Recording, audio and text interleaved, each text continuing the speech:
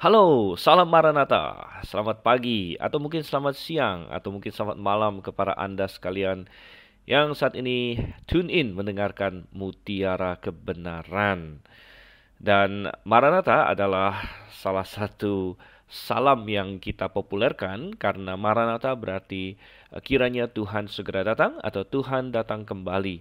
Dan ini adalah pengharapan orang-orang yang sungguh percaya kepada Alkitab, orang-orang yang sudah lahir baru. Kita menanti-nantikan kedatangan Tuhan seperti yang diperintahkan oleh firman Tuhan kepada kita dan kita yakin Tuhan bisa datang kapan saja termasuk hari ini.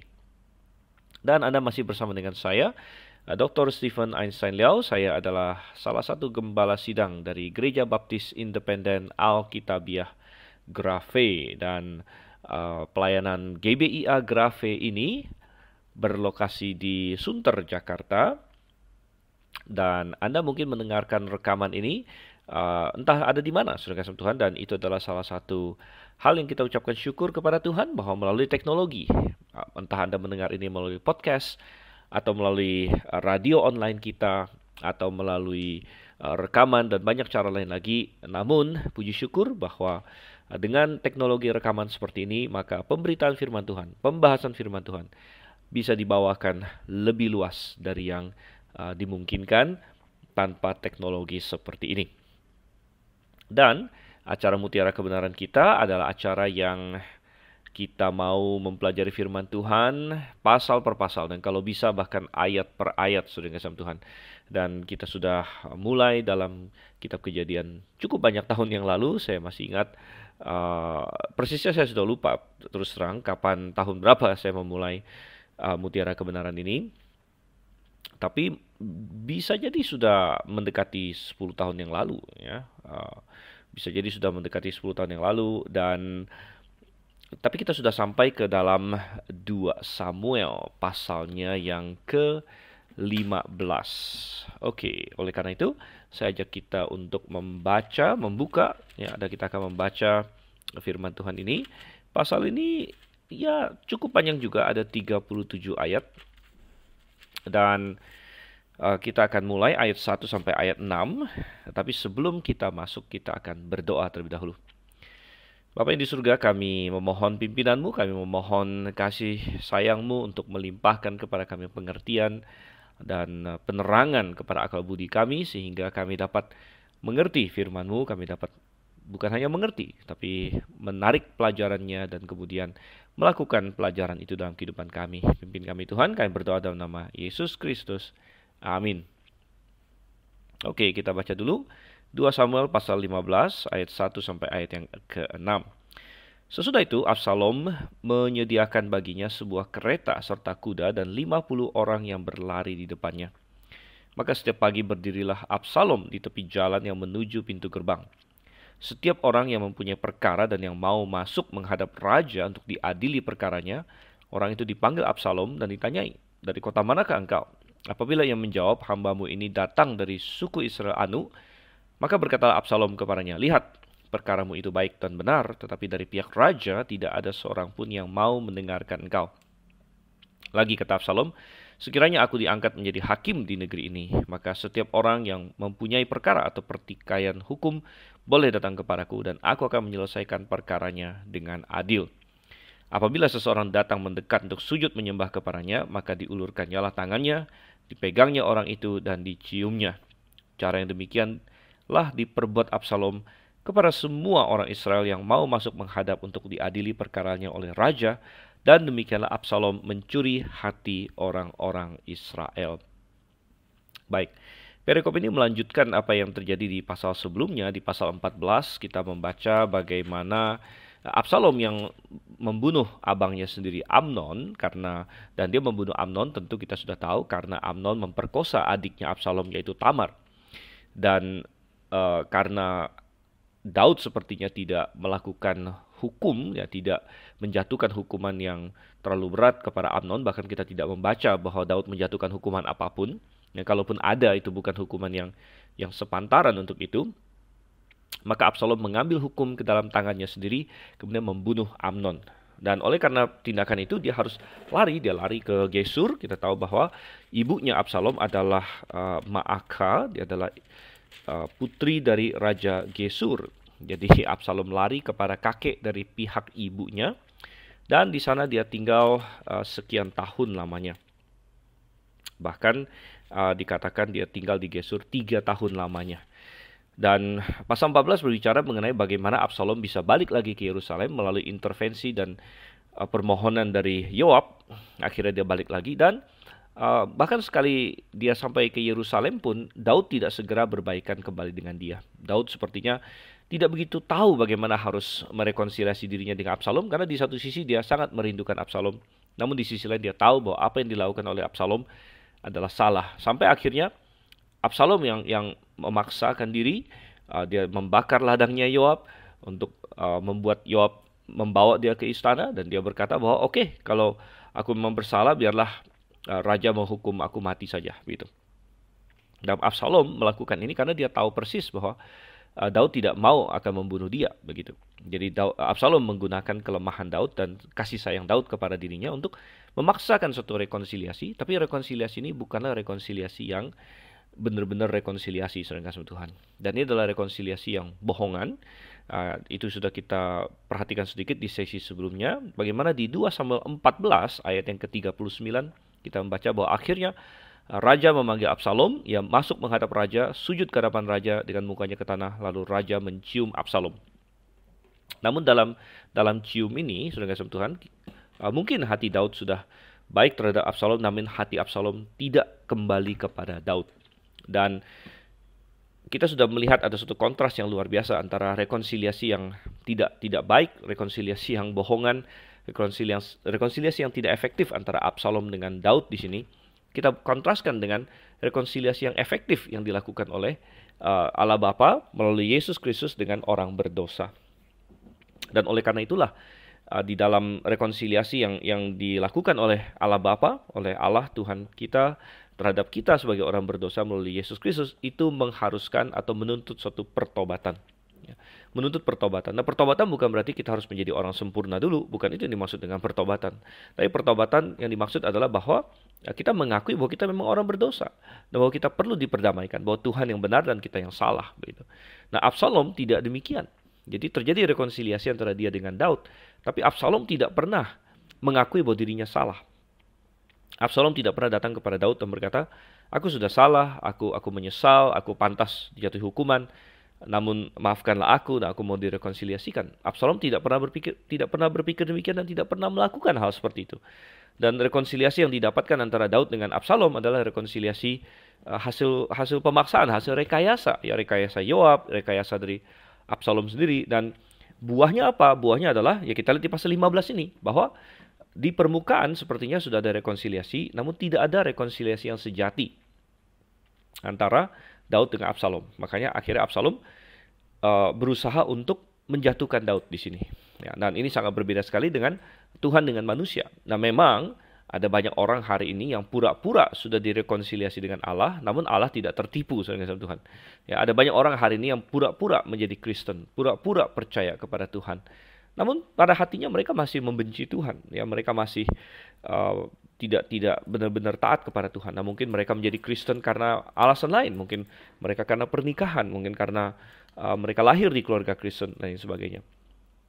Atau dengan maraknya namanya Injil Kemakmuran hari ini, ada orang-orang yang menjadi Kristen karena mereka tergiur, mereka mendengarkan kesaksian-kesaksian dari para golongan karismatik tertentu yang mengajarkan Injil Kemakmuran, di mana mereka sering mengundang artis lah, aktor lah, konglomerat lah yang bersaksi, wah setelah saya kenal Yesus saya dapat harta begini, saya dibebaskan dari kutuk kebangkrutan dan lain sebagainya.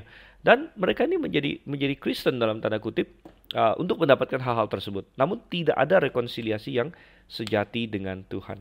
Oleh karena itu, sebenarnya dalam Alkitab Tuhan tidak terrekonsiliasi dengan mereka. Dan Tuhan tidak mau orang-orang seperti ini datang kepadanya. Sebenarnya Tuhan ingin orang yang datang kepadanya dengan mengakui bahwa dirinya adalah orang yang berdosa. Dan mengakui bahwa dirinya perlu diselamatkan oleh Tuhan dan melemparkan diri ke bawah kasih karunia dan pengampunan Tuhan. Bukan yang datang kepada Tuhan dengan sombong, sambil merasa bahwa dirinya benar, sambil merasa bahwa kan Tuhan yang mau saya diselamatkan. Wow, jadi terbalik-balik saudara yang Tuhan. Hari ini banyak sekali orang yang terbalik-balik ya. Dia pikir Tuhan yang butuh dia gitu. Ya, kan Tuhan yang perlu saya. Itu pemikiran dia dalam benaknya. Tapi Tuhan tidak membutuhkan kita, dan Tuhan tidak mau orang-orang yang seperti ini datang bahkan. Itu makanya ketika Yohanes membaptis di Sungai Yordan dan datang orang-orang Farisi dan Saduki, Yohanes Pembaptis menolak mereka dan berkata, hai ular beludak, siapa yang kasih tahu kalian untuk menghindari murka yang akan datang? Tunjukkan dulu buah pertobatan. Jadi Yohanes Pembaptis sadar bahwa datang kepada Tuhan itu seharusnya datang dengan hati yang rendah hati, dengan pertobatan, dengan mengakui diri sebagai orang berdosa. Jadi sekali lagi, Absalom, yang terjadi dengan Absalom dan Daud di sini menggambarkan, mengilustrasikan betapa bahayanya kalau rekonsiliasi ini rekonsiliasi bohongan saja. Oke, dan kita melihat usaha Absalom, apa yang dia lakukan untuk mencoba menjatuhkan Daud, karena dalam hatinya dia masih pahit terhadap Daud, dan selain itu dia memiliki ambisi yang besar, saudara Tuhan. Kita sudah membahas sebelumnya bahwa Amnon tadinya adalah anak pertama, Amnon adalah putra mahkota, tapi setelah matinya Amnon, status sebagai anak pertama jatuh ke sepertinya Absalom. Dan dia sepertinya, walaupun mungkin Daud tidak ada ngomong, tapi mungkin kebanyakan orang berpikir bahwa Absalom yang akan menjadi raja selanjutnya. Sebenarnya, dia punya seorang abang lagi yang sudah kita bahas juga, yaitu Kileab atau Daniel, disebut di dalam 2 Tawarik. Namun Alkitab tidak pernah berbicara sedikit pun mengenai Kileab atau Daniel yang adalah anak dari Abigail, saudara Tuhan. Dan kenapa Alkitab tidak bicara sedikit pun tentang dia? Ya, kita tidak tahu jelas, sehingga banyak yang berspekulasi bahwa kemungkinan Kileab atau Daniel mati dalam usia muda, sehingga tidak pernah terlibat dalam semua yang terjadi perebutan kekuasaan ini. Tetapi Absalom ingat bahwa dia sekarang adalah yang paling tua, dia sekarang adalah putra mahkota, dan dia adalah dari keturunan raja dari pihak ibunya juga. Nah ini mungkin itu membuat dia sedikit lebih sombong dibandingkan yang lain ya, karena dia berpikir bahwa banyak yang lain itu ibu mereka itu wanita biasa seperti Abigail, dia bukan wanita bangsawan. Ya, demikian juga kita tidak ada membaca ada istri Daud yang lain yang dari kalangan bangsawan begitu. Salah satu-satunya adalah Mikal yang adalah putri Saul, ya, raja pertama Israel, tapi Mikal tidak punya anak. Jadi mungkin Absalom berpikir, wah saya ini kan bukan saja bapak saya Daud, tapi ibu saya juga seorang putri raja, dan lagi saya yang paling tua sekarang setelah Amnon mati. Jadi dia punya ambisi yang besar, saudara Tuhan.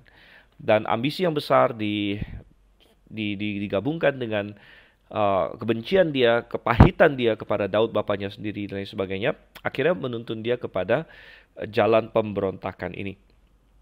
Kita baca di ayat 1 bahwa Absalom menyediakan baginya sebuah kereta serta kuda 50 orang yang berlari di depannya.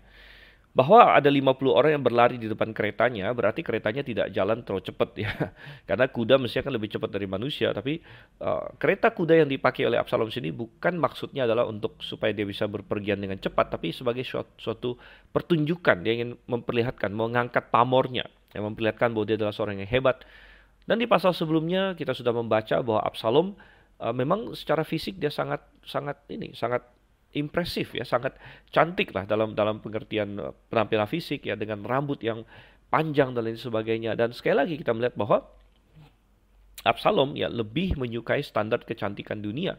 Ya, padahal Alkitab mengatakan bahwa rambut panjang pada laki-laki itu adalah suatu hal yang memalukan, tapi Absalom sudah pasti memiliki rambut yang panjang, tetapi nanti akan belakangan sangat ironis sekali bahwa kita akan baca di pasal-pasal selanjutnya, rambutnya itu yang adalah pemberontakan dia kepada Tuhan juga yang akan menyebabkan kematian dia. Oke, tapi kita lihat di sini bahwa dia menyediakan kereta, dia menyuruh orang lari, dan manusia sangat mudah ditipu oleh hal-hal yang kelihatan. Ya, ini yang pernah Tuhan katakan kepada Samuel, manusia melihat yang di luar, tapi Allah melihat dalam hati. Ya, dan raja pertama, Raja Saul, dipilih oleh orang Israel karena dia terlihat hebat. Dan mereka menerima dia. Dan mereka melihat, wow, orang ini tinggi, tegap, dan satu kepala di atas semua yang lain. Dia cocok ini, saudara Tuhan. Namun, ya tidak demikian dengan Tuhan. Tapi Absalom rupanya sangat cerdik. Secara politik dia sangat cerdik. Dia tahu apa yang diinginkan oleh manusia. Dan dia memberikannya di situ ya. Nah, selain meningkatkan pamor dirinya, meningkatkan penampilannya, apalagi yang dia lakukan di sini? Kita baca dari ayat 2 dan seterusnya. Dia mengangkat dirinya sambil merendahkan Daud dengan cara yang sangat pintar, sangat samar, sangat tersembunyi di sini. Kita baca bahwa dia berdiri di tepi jalan menuju pintu gerbang. Jadi nomor satu, dia adalah orang yang rajin rupanya ya. Jadi demi ambisi dia, Absalom bukanlah seorang pangeran yang hanya duduk-duduk saja, makan-makan, tidak. Demi ambisi dia bekerja keras rupanya di sini. Dia pagi-pagi dia sudah berdiri menuju pintu gerbang. Dan setiap orang yang datang punya perkara kepada raja dicegat oleh Absalom gitu. Nah, Absalom sepertinya sangat care dengan dia, tanya dia dari kota mana, apa urusanmu dan lain sebagainya, dan dia mencoba menarik simpati orang tersebut. Dan kita berkata bahwa ini sekali lagi menggarisbawahi yang sudah pernah kita bahas. Raja-raja Israel pada waktu itu bukan Tuhan taruh untuk menikmati kemewahan saja ya, seperti ada banyak raja di sepanjang sejarah dunia ini yang kerjaannya ya hanya makan, minum, ya, main perempuan, menikmati hidup. Tidak demikian Raja Israel. Raja Israel sebenarnya adalah fungsinya kan menggantikan hakim-hakim. Ingat bahwa sebelum Israel punya raja, karena mereka waktu itu meminta raja, mereka punya hakim-hakim. Dan tugas hakim adalah menghakimi. Dan setelah ada raja, tugas hakim ini jatuh kepada raja juga. Sehingga raja adalah hakim yang tertinggi. Jadi raja berfungsi sebagai semacam mahkamah agung kalau hari ini. Ya, jadi kalau ada orang yang mau naik banding, dia tidak puas dengan keputusan hakim-hakim yang lebih rendah, dia bisa naik kepada raja. Oleh karena itulah di pasal 14 kita sudah bahas bahwa sempat ada seorang perempuan yang dibayar Yoab yang datang mencari Daud untuk mengajukan perkara, walaupun perkara itu perkara fiktif. Namun seperti itulah yang terjadi pada zaman itu. Nah, tetapi Absalom kita lihat di sini dia mencegat orang-orang yang mau datang kepada Daud, dan dengan kata-kata yang penuh racun sebenarnya di sini ya, penuh racun. Jadi dia tidak lagi mempedulikan benar salahnya perkara orang itu. Ya, kalau Daud atau Salomo dia akan memperhatikan kalau misalnya siapapun yang naik banding ya lalu diluluskan kan repot juga. Saudara, tiap-tiap kasus harus dibahas mestinya kan, apakah benar atau tidak, kamu yang benar atau yang kamu yang salah dan lain sebagainya. Tapi karena Absalom punya maksud dan tujuan lain, dan inilah berbahayanya ya, ketika di dalam pengadilan seorang hakim punya maksud yang lain, punya agenda tersendiri, bukan untuk menegakkan keadilan, tapi dia punya kepentingan. Nah, di sini sangat berbahaya sekali. Dalam Absalom dia punya kepentingan dia adalah dia ingin menarik hati orang Israel, sehingga apapun perkara yang dibawa kepada dia, ya dia iya-iyakan saja, bahkan dia kasih kata-kata yang ingin didengar orang tersebut ya. Dan betapa mudahnya manusia ditipu ya, kita lebih suka mendengarkan sesuatu yang sudah kita setujui ya, dan kita cenderung akan menganggap bahwa wah, kalau kamu ngomong sesuatu yang saya senang ya saya akan senang, tapi kalau kamu ngomong sesuatu yang saya tidak senang, saya akan tidak senang gitu ya. Oleh karena itu betapa indahnya kalau kita memiliki seorang sahabat yang benar-benar sahabat, yang rela memberitahukan kita hal-hal yang kita bahkan tidak suka dengar, tapi itu adalah kebenaran. Seperti Paulus pernah menulis kepada jemaat di Galatia. Kalau saya ajak kita buka sebentar di Galatia pasalnya yang kelima, karena ketika Paulus menulis surat Galatia, dia menegur mereka habis-habisan karena mereka hampir tertipu, saudara yang kasih Tuhan. Tapi di Galatia 4 ayat yang ke-16 dikatakan, Galatia 4 ayat 16, apakah dengan mengatakan kebenaran kepadamu aku telah menjadi musuhmu, saudara kasih Tuhan. Dan manusia seperti itu, ketika ada seseorang berbicara sesuatu yang ya kurang berkenan di hati kita, walaupun itu benar ya, kurang berkenan di hati kita, maka kita cenderung malah sebel dengan orang tersebut ya. Padahal itu adalah kebenaran dan mestinya kita mengucap syukur. Tapi Absalom sangat mengenal psikis manusia, jadi dia kasih tahu apa yang orang itu ingin dengar. Kalau kita kembali ke 2 Samuel pasal 15, dan dia berkata demikian. Ya, dan dia membohongi mereka. Dia berkata, dia lihat perkaramu itu baik dan benar, tapi dari pihak raja tidak ada seorang pun yang mau mendengarkan engkau. Padahal kan dicegat oleh Absalom, belum sampai kepada Daud gitu. Dan perhatikan ayat yang keempat, sangat licik sekali. Dia berkata, sekiranya aku diangkat menjadi hakim di negeri ini. Nah, ingat bahwa posisi raja adalah hakim tertinggi. Jadi secara tidak langsung, Absalom itu membuat orang-orang berpikir, wah, kalau Absalom yang jadi hakim apa nih? Ya, hakim tertinggi, yaitu raja sebenarnya. Jadi Absalom tidak terang-terangan menyatakan dia mau jadi raja, tapi bahasa dia sudah sangat menjurus sekali di sini. Sekiranya aku diangkat menjadi hakim di negeri ini. Raja adalah hakim tertinggi, saudara Tuhan. Ya. Maka setiap orang yang punya perkara atau pertikaian hukum boleh datang kepadaku, aku akan menyelesaikan perkaranya dengan adil. Seolah-olah Daud tidak mengadili dengan adil, padahal kita sudah tahu bahwa Daud juga mengadili dengan adil. Bahkan ini dirangkum oleh Tuhan ya di dalam pasalnya yang ke ini uh, di dalam 2 Samuel juga, masih di pasal yang sebelumnya, yaitu di 2 Samuel pasal yang ke-8 ayat yang ke-15. 2 Samuel 8 ayat 15 dikatakan, demikianlah Daud telah memerintah atas seluruh Israel dan menegakkan keadilan dan kebenaran bagi seluruh bangsanya. Jadi Daud adalah seorang raja yang adil sebenarnya. Namun kalau kita ingat kembali di dalam 2 Samuel pasal 15, Absalom sendiri mungkin berpikir bahwa dia punya suatu istilahnya ketidakpuasan juga kepada Daud. Karena sekali lagi, mungkin Daud tidak melakukan hukuman terhadap Amnon karena adiknya diperkosa. Namun kita harus ingat bahwa kalau ada orang yang tidak boleh komplain mengenai itu adalah Absalom sendiri. Karena nomor satu, Absalom membunuh Amnon, jadi Amnon sudah mati, dan Daud tidak menghukum Absalom sesuai dengan perbuatannya. Gitu. Jadi kalaupun misalnya Daud dikatakanlah tidak menghukum sebagian orang dengan tepat, Absalom termasuk di dalamnya. Jadi Absalom sebenarnya adalah orang yang tidak bisa komplain mengenai masalah itu. Dan semua kata-kata ini sebenarnya dinyatakan oleh Absalom, walaupun dia sendiri mungkin sempat kecewa dengan Daud masalah Amnon, dan menurut dia Daud tidak melakukan keadilan di sana. Namun tidak ada indikasi bahwa Daud lalai dalam hal semua rakyat yang lain begitu. Dan ini hanya kata-kata yang diucapkan oleh Absalom sebagai usaha dia untuk memberontak. Oke. Dan kita membaca lagi di sini bahwa di ayatnya yang kelima dan yang keenam dikatakan di situ, intinya Absalom mencegat begitu banyak orang dan dia bermain seolah-olah sangat rendah hati. Dan biasanya orang yang sombong kadang-kadang dia bisa pura-pura rendah hati. Makanya di ayat yang kelima, kalau ada orang datang mendekat sujud menyembah, diulurkannya tangannya, dipegangnya orang itu, diciumnya. Oh, jangan menyembah sama saya dan lain sebagainya. Tapi ini hanya suatu sandiwara saja, saudara Tuhan.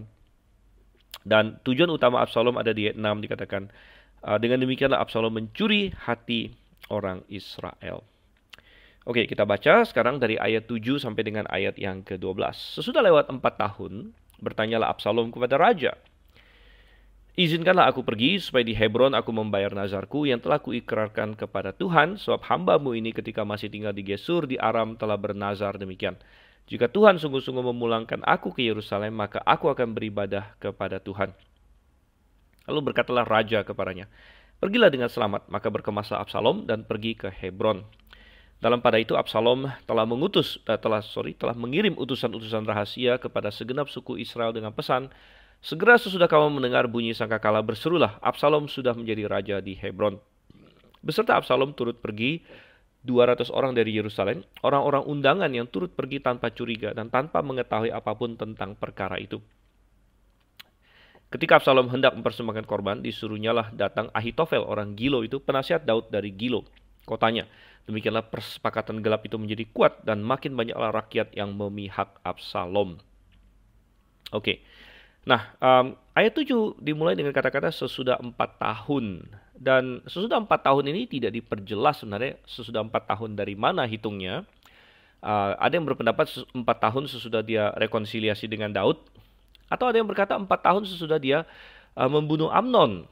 Gitu ya, karena setelah dia membunuh Amnon, berarti kan 3 tahun dia terbuang di Gesur. Tetapi itu juga hampir tidak mungkin ya, tidak mungkin karena setelah dia balik ke Yerusalem lagi, ada 2 tahun dia diam di Yerusalem tanpa datang kepada raja. Jadi apakah 4 tahun itu sesudah dia balik dari Gesur? Ya, jadi 2 tahun dia nggak ketemu raja, kemudian 2 tahun kemudian setelah itu jadi 4 tahun. Ya, atau 4 tahun sesudah dia rekonsiliasi dengan Daud, rekonsiliasi palsu itu. Bahkan angka 4 tahun ini sendiri sebenarnya sangat kontroversial ya, karena angka 4 tahun ini tidak kita temukan di manuskrip Ibrani. Makanya kalau Anda mengecek teks KJV, dia sebut 40 tahun sebenarnya sini. Sudah lewat 40 tahun. Dan angka 40 tahun ini tercatat di semua manuskrip Ibrani, termasuk di Septuaginta dan sebagainya. Sedangkan Elai di sini dia mengikuti mengikuti teks yang sangat minoritas ya di beberapa teks Syria saja gitu. Jadi yang di teks Ibrani adalah 40 tahun. Sehingga orang bertanya lagi, 40 tahun dari apa hitungannya? Ya, ada yang berkata 40 tahun itu umurnya Absalom, tapi ini juga agak diragukan saudara-saudara, karena kalau umur Absalom 40 tahun, ya walaupun bisa saja gitu, walaupun tuh bisa saja. Jadi umur 40 tahun Absalom, karena Absalom kemungkinan besar dia lahir, tapi kalau kita hitung ya, kalau kita baca di dalam 2 Samuel pasalnya yang di ketiga, bahwa lahirnya anak-anak bagi Daud ya, di 2 Samuel pasal 3 ayat 2, lahirnya anak-anak bagi Daud adalah ketika dia sudah di Hebron. Ya, ketika dia sudah di Hebron, dan jadi terutama Absalom yang lahir dari istri ketiga yaitu Maaka adalah setelah Daud dijadikan raja atas Yehuda, tapi belum atas seluruh Israel. Jadi kalau Absalom sudah berumur 40 tahun, itu berarti Daud sudah meninggal bahkan, dan itu tidak mungkin. Jadi 40 tahun juga tidak mungkin adalah umurnya Absalom. Nah, sebaliknya, jadi 40 tahun itu bisa jadi diperkirakan adalah sejak pengurapan Daud menjadi raja. Pengurapan Daud menjadi raja oleh Samuel, 40 tahun berlangsung. Sudah 40 tahun berlangsung. Dan kenapa disebut di sini? Kemungkinan besar adalah karena Absalom mengira bahwa inilah saatnya, seperti bapaknya dulu diurapi oleh Samuel dan akhirnya dinobatkan menjadi raja. Nah, inilah saatnya giliran dia yang naik dan menggantikan bapaknya gitu. Jadi Absalom mengira bahwa inilah momennya gitu. Dan dengan tipu daya di sini kita lihat ya, dia minta izin kepada bapaknya untuk pergi ke Hebron, katanya dengan alasan yang rohani sepertinya, ingin membayar nazar kepada Tuhan. Dan Absalom memainkan peran seorang yang seolah-olah dia melakukan semua ritual-ritual keagamaan yang diperlukan. Dia mempersembahkan korban kepada Tuhan, dia bernazar kepada Tuhan dan lain sebagainya. Tapi dalam kasus ini Absalom jauh-jauh lebih mirip dengan Saul daripada kepada Daud bapaknya. Karena Saul juga seperti itu. Saul mau mempersembahkan korban, Saul mau melakukan banyak hal, tapi dia mau mempergunakan agama untuk kepentingan dia. Dia mau menggunakan ritualisme, dia mau Tuhan yang menopang dia. Intinya dia mau benefit dari Tuhan tanpa benar-benar mau mengikut Tuhan. Nah, begitu banyak orang hari ini itu seperti itu. Dan kita perlu bertanya kepada diri kita sendiri. Apakah kita termasuk orang yang seperti Saul, seperti Absalom, yang kita beragama dan lain sebagainya, itu adalah untuk supaya kita mendapatkan sesuatu dari Tuhan. Mendapatkan berkat dari Tuhan, mendapatkan perlindungan dari Tuhan. Tapi kita bukan dari hati kita benar-benar ingin ikut Tuhan. Ya, apapun yang terjadi. Nah, ini berbeda dengan Daud. Daud tidak pernah seperti itu. Daud punya hubungan yang real dengan Tuhan dan dia mengikut Tuhan apapun kondisinya. Tapi kita baca di sini bagaimana Absalom ya, dia mempergunakan Tuhan, dia memakai nama Tuhan ya. Dia pura-pura dia membayar nazar kepada Tuhan, dan sangat berbeda sekali. Daud tidak pernah beraksi walaupun dia benar-benar diurapi oleh Samuel dan Tuhan sudah berjanji dia akan jadi raja. Dia tidak pernah menggerakkan tangan dia sedikit pun melawan Saul. Ya, dia tidak pernah memimpin pemberontakan. Bahkan Saul begitu paranoid dengan dia dan berpikir bahwa dia pasti akan memberontak. Daud malah tidak pernah, saudara sama Tuhan. Nah, kebalikan dengan Absalom di sini, yang sebenarnya tidak ada diurapi oleh Tuhan, tapi dia berpikir bahwa inilah saatnya bagi saya dan dia harus memberontak. Gitu. Dan dia menyeret Ahitofel di sini ya, ayat 12. Ahitofel adalah penasihat Daud yang rupanya seorang yang sangat hebat sekali. Tapi kita belajar di sini bahwa orang yang hebat dan berhikmat pun bisa membuat keputusan yang salah. Dan Ahitofel membuat keputusan yang salah. Dia memihak kepada Absalom bukan kepada Daud. Dan ingat bahwa Daud adalah tipologi dari Yesus Kristus. Dan setiap manusia dalam suatu kesempatan hidupnya akan diperhadapkan kepada pilihan. Anda mau pilih Absalom atau Daud. Dan Anda ingin memilih Yesus atau Anda ingin memilih yang lain, yang bukan Yesus, yang memberontak kepada Yesus. Ahitofel adalah orang yang berhikmat, namun dia membuat suatu keputusan yang sangat bodoh sekali. Dia membuat keputusan yang sangat salah dan dia melawan Daud. Dia memihak kepada Absalom. Kita tidak tahu kenapa dia melakukan ini. ada yang berpendapat bahwa ini ada hubungannya dengan masalah si Batsheba juga ya, karena kalau kita baca, Batsheba ternyata adalah cucunya Ahitofel ini. Karena Batsheba disebut binti Eliam, dan Eliam adalah salah satu pahlawan Daud, dan Eliam adalah anaknya Ahitofel, saudara yang kasih Tuhan. Jadi apakah Ahitofel menyimpan dendam, menyimpan kepahitan kepada Daud karena masalah Batsheba? Ya kita tidak tahu pasti. Ya karena sebenarnya yang lebih mestinya benci kepada Daud adalah orang tuanya Uria mungkin ya, tapi ya Uria orang Het, jadi mungkin dia tidak punya orang tua di Israel. Uria lah yang mati dibunuh ya, sedangkan Batsheba ya walaupun dia berzina dengan raja, ujung-ujungnya Batsheba kan menjadi ratu intinya. Dia menjadi salah satu istri Daud, dia tinggal di istana, dia menjadi ratu. Jadi apakah Ahitofel ya begitu cinta kepada Uria ya, cucu menantunya itu, sehingga dia tetap pahit kepada Daud, atau apa kita tidak tahu persis ya, tapi dia memilih untuk memberontak di sini ya. Kemudian kita membaca lagi bahwa ada 200 orang undangan di ayat 11 yang pergi ke Hebron situ tanpa tahu apa-apa. Dan ini adalah salah satu taktik dari Absalom, bahwa ada orang yang tidak tahu apa-apa pun, namun diseret dan diajak masuk ke situ. Jadi kalau mereka tidak ngomong apa-apa, maka dikira orang banyak akan mengira bahwa oh ternyata mereka setuju gitu. Ya, 200 orang ini ya mungkin mereka tidak tahu apa-apa, tapi begitu diteriakkan, ditiupkan, disangkakalakan bahwa Absalom adalah raja, dan mungkin mereka akan kebingungan. Tapi kalau mereka tidak ngomong apa-apa, maka kehadiran mereka akan dianggap oh ternyata mereka juga setuju. Dan saudara kasih Tuhan, ini adalah caranya kejahatan berkembang. Ada satu orang yang pernah berkata bahwa kejahatan menang kalau orang-orang baik tidak melakukan apa-apa. Jadi diam saja, ya diam saja. Tidak perlu orang baik itu berbuat jahat, ya, tapi kejahatan itu kan sudah ada. Ketika orang baik diam saja, maka kejahatan akan menang. Dan itu yang terjadi. Oleh karena itu kadang-kadang kita ya di zaman kita melawan kejahatan di zaman kita. Apakah kita berseru atau tidak? Ataukah kita diam saja? Ya, kalau kita diam saja, kadang-kadang dianggap oh berarti kamu setuju. Ya. Dan ada banyak isu di zaman kita sekarang ini. Ada isu LGBT, masalah pernikahan homoseksual, gay, lesbian, ya, kemudian masalah transseksual, laki-laki jadi perempuan, perempuan jadi laki-laki. Dan di dunia barat ya, di dunia Indonesia belum terlalu terasa, walaupun sudah mulai ya, kegilaan itu sudah mulai masuk ke Indonesia dan lain sebagainya. Ada banyak ya yang memperjuangkan LGBT di Indonesia, yang liberal dan lain sebagainya. Bahkan orang Kristen dalam tanda kutip, Kristen liberal pun mendukung LGBT. Tapi di dunia barat, saudara kasih Tuhan, kalau Anda tidak mendukung LGBT, mereka punya bulan Pride ya, Pride Month, satu bulan penuh untuk mendukung LGBT, dan mereka taruh itu bulan Juni.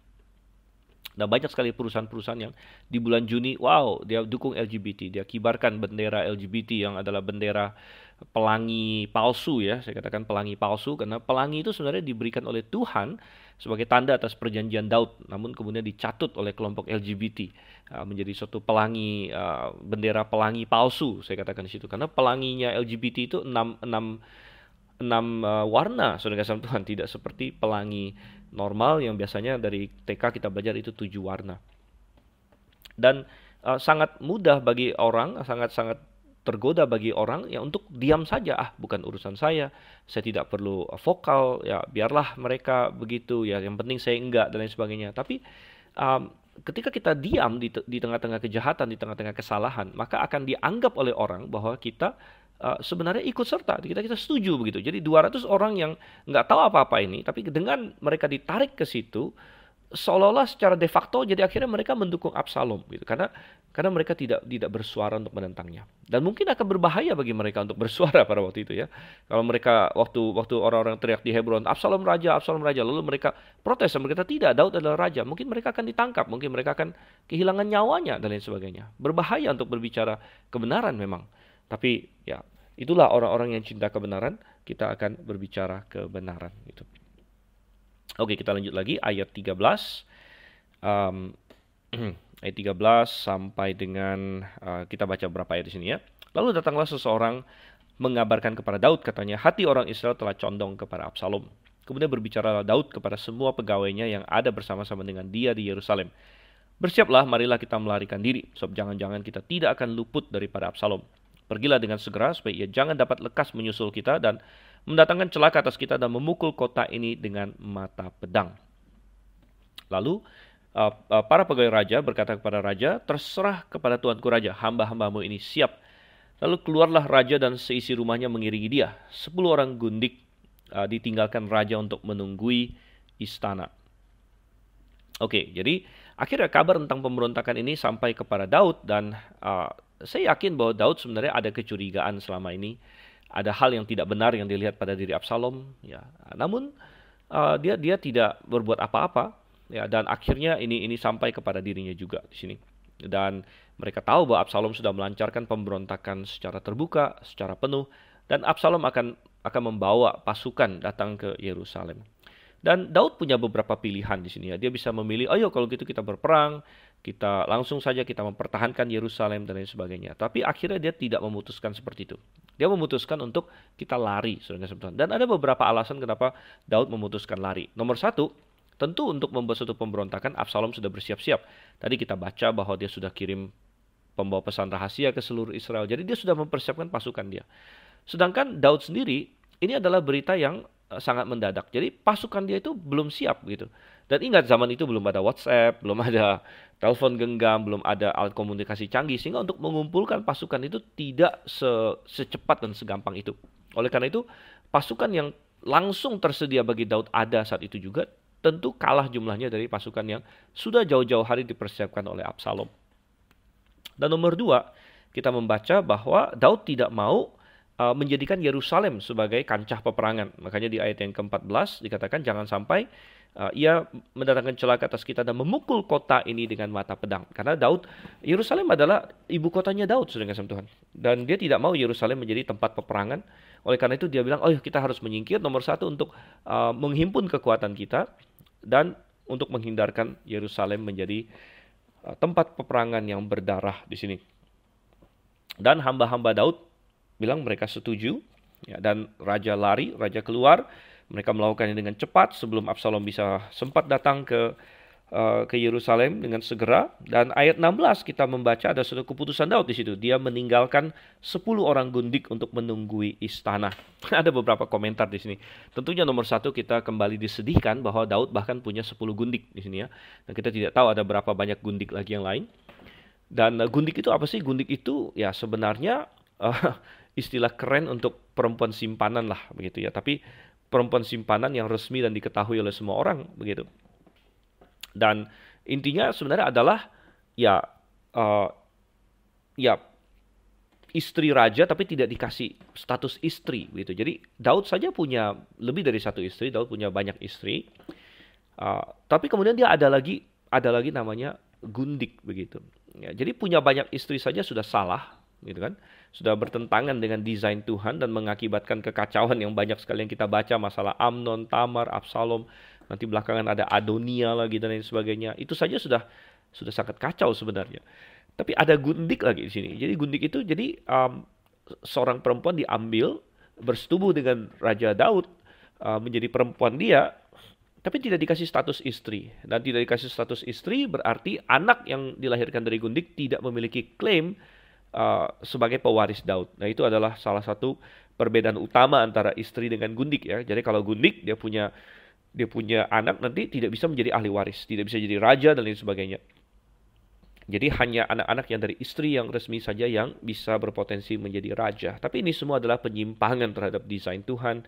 Ini kacau balau dan bahwa Daud bahkan punya 10 gundik untuk ditinggalkan menunggu istana itu saja sudah sangat kacau sekali. Kita tidak tahu ada berapa banyak lagi gundik yang lain yang dia punya.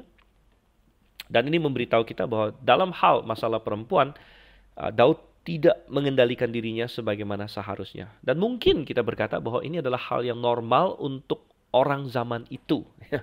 Dan itu bisa jadi benar. Artinya untuk standar zaman itu ini sudah hal yang biasa, normal gitu. Apalagi bagi raja-raja.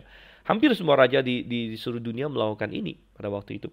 Tetapi itu tentu bukan suatu alasan bagi seorang raja Israel yang mestinya dekat dengan Tuhan, yang mestinya dia bahkan diinspirasikan oleh Tuhan, dia bernyanyi bagi Tuhan, dia menuliskan mazmur bagi Tuhan. Mestinya Daud tahu lebih baik daripada ini, ya. Dan ini sungguh mengecewakan dan sebenarnya menggarisbawahi bahwa kelemahan Daud terhadap perempuan bukan baru dimulai pada saat dia berzina dengan Batsheba. Ya, dia memiliki kesulitan untuk mengendalikan hawa nafsu dia terhadap perempuan di sini. Oke.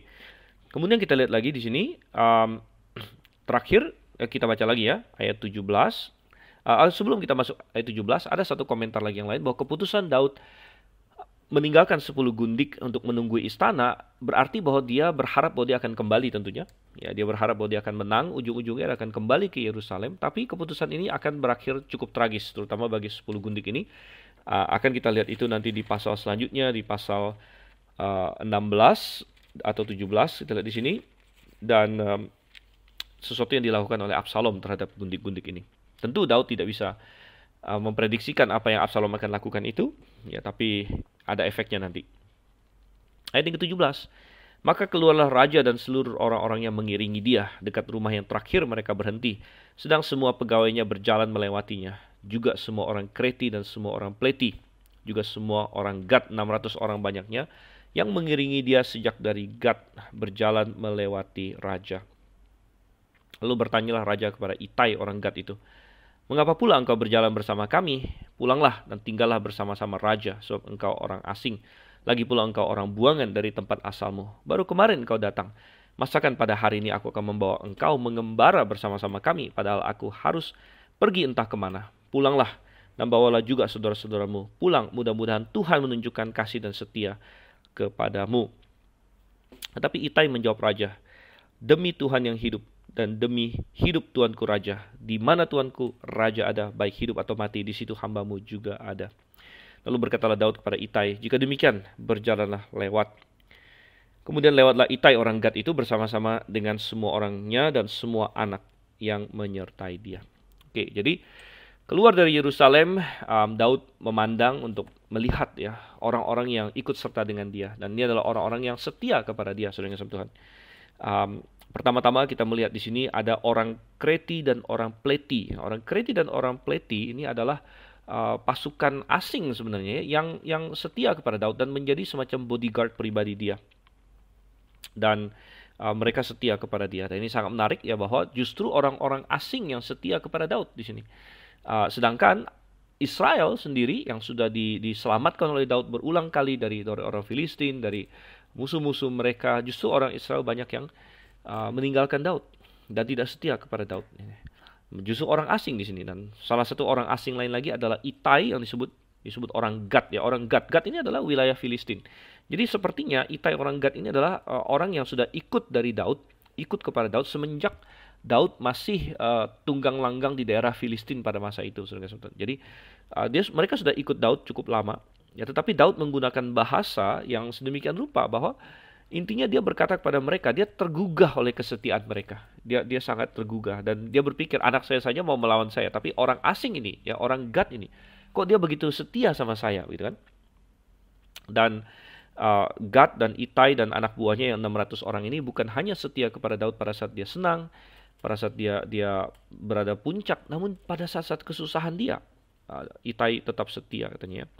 Dan Daud sengaja di sini berkata, sebenarnya kalian tidak perlu seperti ini. Ya, kalian kembali sajalah, begitu kan?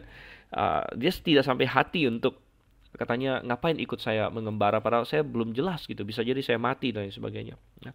Bahkan dia berkata di sini di ayat yang ke-19, Daud berkata, "Pulanglah dan tinggallah bersama-sama raja." Jadi seolah-olah Daud berkata, ya sekarang Absalom sudah mendeklarasikan diri sebagai raja, jadi kamu ikut saja raja begitu, ikut Absalom begitu. Ya. Tapi perhatikan bagaimana Itai menjawab. Tetapi Itai menjawab raja. Nah, walaupun Daud menyebut Absalom raja, tapi seluruh narasi di sini mulai dari ayat yang ke mana tadi? Ayat ke-16, lalu keluarlah raja, ya kan? Terus ada kata-kata 10 orang gundik ditinggalkan raja, ayat 17, maka keluarlah raja. Jadi narator yaitu firman, yaitu Roh Kudus sebenarnya di sini ya, narator Roh Kudus tetap menyebut Daud sebagai raja. Ya, jadi Absalom mengangkat diri sebagai raja, tapi Tuhan tidak pernah mengurapi Absalom. Dan bagi Tuhan, Daud tetap adalah raja. Dan ini mengajarkan kita bahwa tidak peduli apa yang kita lakukan, tapi perhitungan Tuhan, deklarasi Tuhan, itulah yang lebih penting, itulah yang paling bermakna. Kalau Tuhan sebut seseorang sebagai raja, maka dia raja di hadapan Tuhan. Dan kalau Tuhan sebut seseorang kaya, maka orang itu kaya di hadapan Tuhan. Kalau Tuhan sebut seseorang miskin, maka dia miskin di hadapan Tuhan. Saya masih ingat dalam surat kepada 7 jemaat di Wahyu. Ada jemaat yang miskin, yaitu jemaat Smyrna. Nah, mereka miskin karena mereka dianiaya. Nah, Anda tahu orang yang dianiaya, hartanya disita, dan lain sebagainya. Dan mereka miskin, ya mereka miskin. Tapi Tuhan berkata, engkau kaya, gitu. Nah, sebaliknya, ada jemaat yang secara jasmani kaya, yaitu jemaat Laodikia. Anda bisa baca itu di Wahyu pasal 3. Dan jemaat Laodikia, mereka kaya, dan mereka bilang, kami telah memperkaya diriku. Namun Tuhan bilang apa? Sebenarnya kamu miskin dan telanjang dan melarat, saudara kasih Tuhan. Jadi, manusia punya pandangan dia sendiri. Ada yang dianggap manusia hebat, kaya, berkuasa, ya. Tapi Tuhan punya pandangan dia sendiri. Ada yang Tuhan sebut ternyata dia miskin dan dia melarat dan dia sangat sangat bodoh dan lain sebagainya. Jadi dan ada yang dunia anggap jelek dan kecil, yang Tuhan anggap kamu hebat begitu. Jadi yang mana yang lebih kita pentingkan gitu kan? Absalom mencari supaya orang Israel menganggap dia hebat, orang Israel mengangkat dia menjadi raja. Tapi Daud dia puas dengan apa yang Tuhan katakan tentang dirinya di sini. Dan Itai, nah di sini, kembali ke Itai ya, ayat yang ke-21 tadi, Itai berpihak kepada Tuhan. Jadi Itai, walaupun Daud berkata, kamu pulang saja kepada raja, maksudnya Absalom, kan? Absalom sudah angkat diri menjadi raja. Tapi apa di ayat 21 dikatakan, demi Tuhan yang hidup dan demi hidup Tuanku raja. Jadi Itai tidak menganggap itu. Itai berkata, saya tidak terima Absalom menjadi raja. Engkaulah raja, gitu kan? Demi hidup Tuanku raja. Di mana Tuanku raja ada, baik hidup atau mati, disitulah hambamu juga ada. Kesetiaan Itai kepada Daud di sini. Dan ingat bahwa Daud sekali lagi adalah tipologi dari Yesus Kristus. Dan kita bisa belajar dari sini. Apakah kita akan setia kepada Yesus Kristus? Bukan pada saat gampang, saudara Tuhan. Kesetiaan seseorang itu tidak terbukti pada saat enak untuk setia. Kalau Anda setia, Anda dapat hadiah, Anda dapat siapa yang bagi Tuhan, ya itu bakal dapat hadiah, bakal dipromosikan. Itu gampang, semua orang juga mau. Tapi kesetiaan kita dibuktikan seperti Itai di sini. Ketika ada harga yang harus dibayar, ketika ada kesusahan yang harus dialami, ya ketika ada pengorbanan yang harus diberikan, sudah. Dan ya kita bisa berkata, apakah kita setia kepada Kristus saat kesusahan datang? Nah, ini Itai menjadi teladan bagi kita. Oke, kita baca lagi ayat yang ke-23 di sini. Seluruh negeri menangis dengan suara keras ketika seluruh rakyat berjalan lewat. Raja menyeberangi sungai Kidron dan seluruh rakyat berjalan ke arah padang gurun. Dan lihat juga Zadok ada di sana beserta semua orang Lewi pengangkat tabut perjanjian Allah. Mereka meletakkan tabut Allah itu. Juga Abiatar ikut datang sampai seluruh rakyat dari kota selesai menyeberang. Lalu berkatalah raja kepada Zadok, bawalah tabut Allah itu kembali ke kota. Jika aku mendapat kasih karunia di mata Tuhan, maka ia akan mengizinkan aku kembali, sehingga aku akan melihatnya lagi, juga tempat kediamannya. Tapi jika ia berfirman, begini, aku tidak berkenan kepadamu, maka aku bersedia. Biarlah dilakukannya kepadaku apa yang baik di matanya. Lalu berkatalah raja kepada Zadok imam itu, jadi engkau dan Abiatar pulanglah ke kota dengan selamat beserta anakmu masing-masing, yakni Ahimaas anakmu dan Yonatan anak Abiatar. Ketahuilah aku akan menanti di dekat tempat-tempat penyeberangan ke padang gurun, sampai ada kabar dari kamu untuk memberitahu aku. Lalu Zadok dan Abiatar membawa tabut Allah itu kembali ke Yerusalem dan tinggallah mereka di sana. Baik, yang selanjutnya mau ikut pada Daud adalah Imam Zadok dan kemudian semua orang Lewi, dan mereka datang membawa tabut perjanjian Tuhan. Juga Abiatar datang, saudara sama Tuhan. Dan Zadok dan Abiatar adalah dua imam. Abiatar ini dari jalurnya anaknya ini ya, anak Ahimelek yang dibunuh oleh Saul. Dan ini adalah dari jalur ini Itamar, saudara sama Tuhan ya, jalur Itamar. Ingat bahwa imam besar pertama Israel yaitu Imam Harun, dia punya 4 orang anak, Nadab, Abihu, Eleazar, dan Itamar. Dan Nadab, Abihu mati duluan karena mereka mempersembahkan api yang asing kepada Tuhan. Lalu tinggallah Eleazar dan Itamar. Dan Eleazar punya anak yang hebat sekali namanya Pinehas, dan waktu itu imam besar jatuh ke tangannya Eleazar dan Pinehas. Namun di suatu masa, di masa hakim-hakim, rupanya imam besar jatuh ke jalurnya Itamar, saudara-saudara. Dan Imam Eli yang kita sudah baca di 1 Samuel, itu dari jalur Itamar. Dari jalur Itamar. Jadi ada 2 jalur Eleazar, jalur Itamar. Dan akhirnya balik lagi, nanti di zamannya Salomo akan balik lagi imam besar itu ke jalurnya Eleazar, ke Zadok ini. Nah, satu hal yang tentunya membesarkan hati Daud adalah bahwa para Lewi dan imam-imam Tuhan yang adalah orang-orang rohaniwan, mereka yang memiliki pandangan rohani, mereka tahu bahwa Daudlah yang tetap raja. Dan ini tentunya menghibur Daud ya, karena ini adalah orang-orang yang dekat dengan Tuhan dan mereka biasanya punya hikmat rohani yang cukup tajam. Dan ya ini menjadi pelajaran bagi kita juga bahwa itulah salah satu fungsi dari hamba Tuhan ya, seorang gembala di suatu jemaat atau penginjil dan lain sebagainya.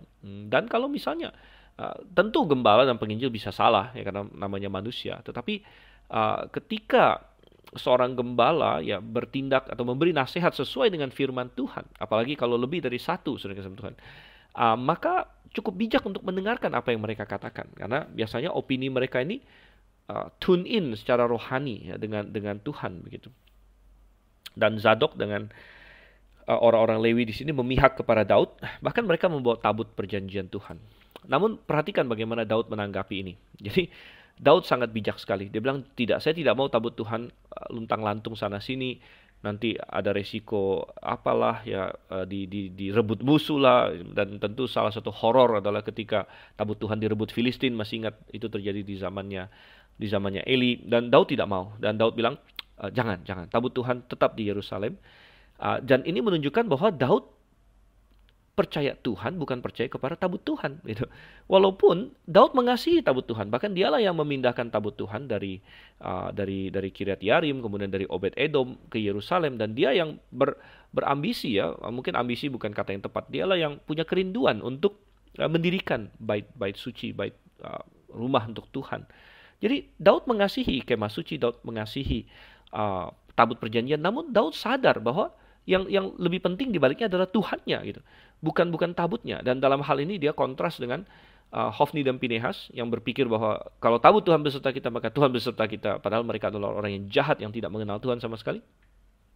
Dan Daud kontras dengan Saul yang mementingkan ritualnya, mementingkan korbannya, bukan mementingkan Tuhannya. Ya, Daud tidak demikian. Daud memiliki hubungan yang benar dengan Tuhan, dan bahkan dia berkata begini, terserah Tuhan sajalah ya. Kalau Tuhan berkenan pada aku, pasti aku balik lagi ke Yerusalem. Tapi kalau Tuhan tidak berkenan, aku terima gitu. Dan ini juga sangat mengkontraskan dia dengan Saul, di mana Daud menyadari Tuhan yang angkat aku jadi raja. Kalau Tuhan mau pecat aku jadi raja, itu adalah hak Tuhan. Nah, tidak demikian dengan Saul.